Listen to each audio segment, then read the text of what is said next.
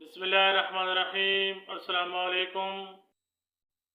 आज की वीडियो में शाज़िल नाम के बारे में मालूमात आपकी खिदमत में पेश करते हैं।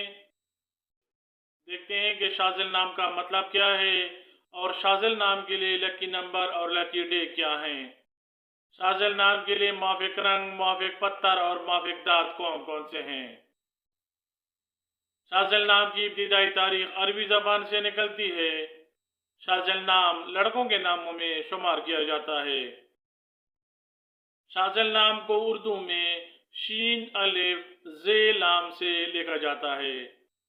अंग्रेजी में शाज़िल नाम को SHAZIL से लिखा जाना चाहिए। शाज़िल नाम का मतलब खूबसूरत और हसीन है।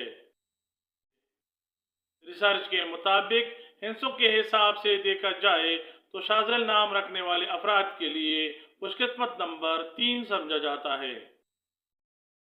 जुमा और हफ्ता शाज़िल नाम रखने वाले अफराद के लिए हिस्सों के हिसाब के मुताबिक खुशकिस्मत दिन शुमार किए जाते हैं।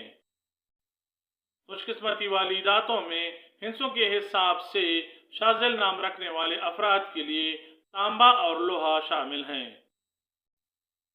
शाज़िल नाम रखने वाले अफराद के लिए मुवाफिक रंगों में नीला, काला और बनफशी शामिल हैं। हिस्सों के हिसाब के मुताबिक शाज़िल नाम रखने वाले अफराद के लिए मुवाफिक पत्थर हीरा समझा जाता है।